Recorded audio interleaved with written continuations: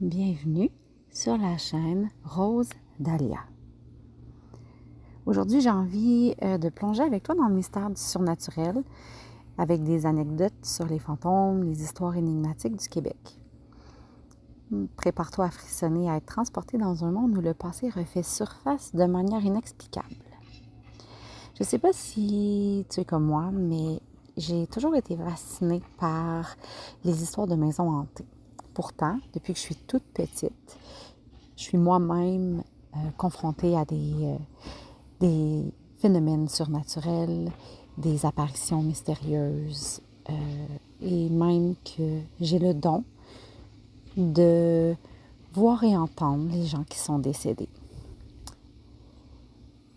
Malgré tout, j'ai quand même une fascination pour les légendes et les histoires de fantômes.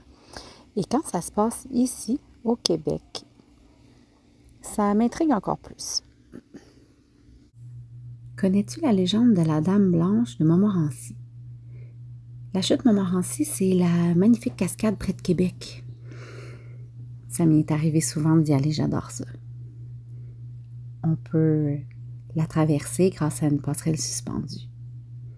Donc, on dit qu'une mystérieuse apparition blanche aurait été vue plusieurs fois. La légende raconte qu'une jeune femme désespérée par la perte de son amour durant la guerre de 7 ans se serait jetée du haut des chutes. C'est vraiment triste parce que chaque jour, elle attendait le retour de son fiancé qui était parti à la guerre. Mais quand la nouvelle de sa mort est arrivée, elle est plongée dans un désespoir profond. Elle était incapable de surmonter sa douleur. Chaque jour, elle pleurait.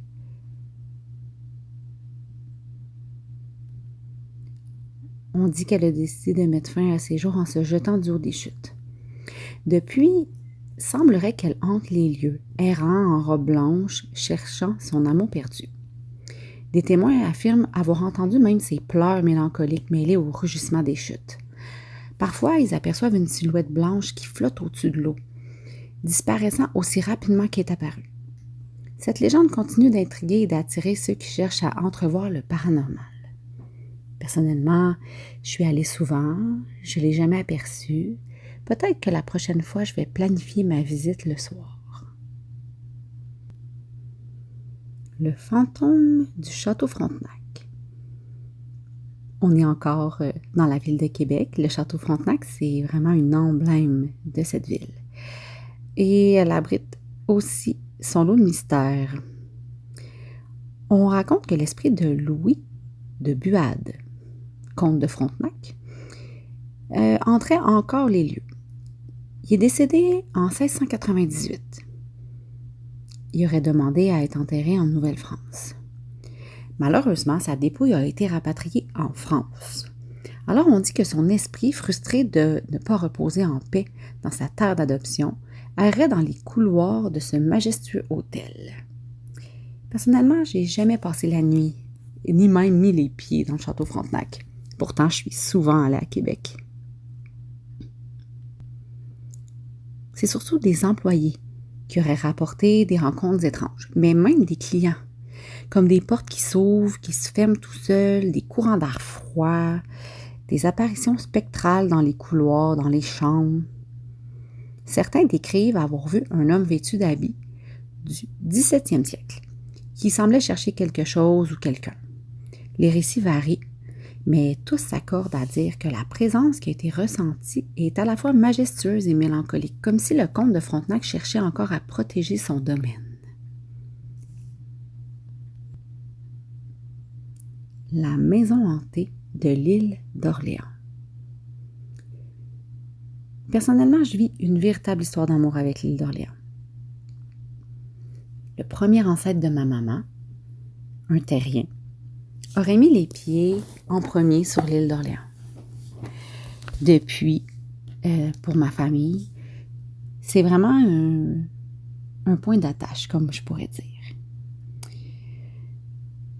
Et l'île d'Orléans, si tu n'y as jamais mis les pieds, est célèbre pour ses charmantes petites maisons ancestrales. Mais l'une d'elles serait connue pour être hantée.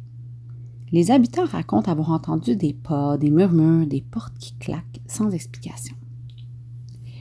Cette maison est vieille de plusieurs siècles. Elle a vu passer des générations, des événements marquants. Certains affirment avoir vu des silhouettes fantomatiques apparaître et disparaître mystérieusement, des visages dans les miroirs ou des objets qui se déplacent tout seuls même. L'histoire la plus troublante, c'est celle d'une jeune fille qui aurait été enfermée dans cette maison par son père, un homme hyper sévère, autoritaire, pour l'empêcher de voir son amoureux. Désespérée, elle serait morte de chagrin et son esprit hanterait la maison depuis. Les plus braves osent encore s'aventurer dans cette maison, espérant entrevoir un fragment de l'autre monde et ressentir la présence de cette âme tourmentée. Personnellement, j'avais jamais entendu parler de cette histoire.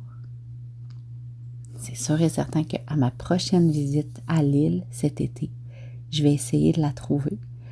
Et si c'est possible pour moi de la visiter, je vous ferai un update avec mes impressions. Le phare hanté de Pointe-au-Père. On change de région, dans le bout de Rimouski. Le phare de Pointe-au-Père est réputé pour abriter l'esprit d'un ancien gardien du phare.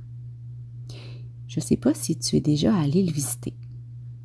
C'est vraiment beau là-bas. En plus, il y a une vieille carcasse de bateau et même un sous-marin échoué que tu peux visiter. Revenons à notre histoire. Ce gardien était, on dit, dévoué à son travail et il aurait trouvé la mort dans des circonstances tragiques alors qu'il tentait de sauver un navire en détresse. Probablement le navire dont je viens de parler. Depuis, les visiteurs rapportent des bruits étranges, une sensation de présence invisible. On dit encore une fois avoir vu des silhouettes fantomatiques dans les escaliers du phare, tandis que d'autres ont entendu des voix et des appels à l'aide venant de la mer, même par temps très calme. Les récits de marins et de visiteurs se rejoignent pour décrire une figure sombre veillant sur le phare et les eaux environnantes. Cette âme errante, liée à son devoir jusqu'après la mort, continuerait de veiller sur les navires, assurant leur sécurité en mer malgré son propre repos perturbé.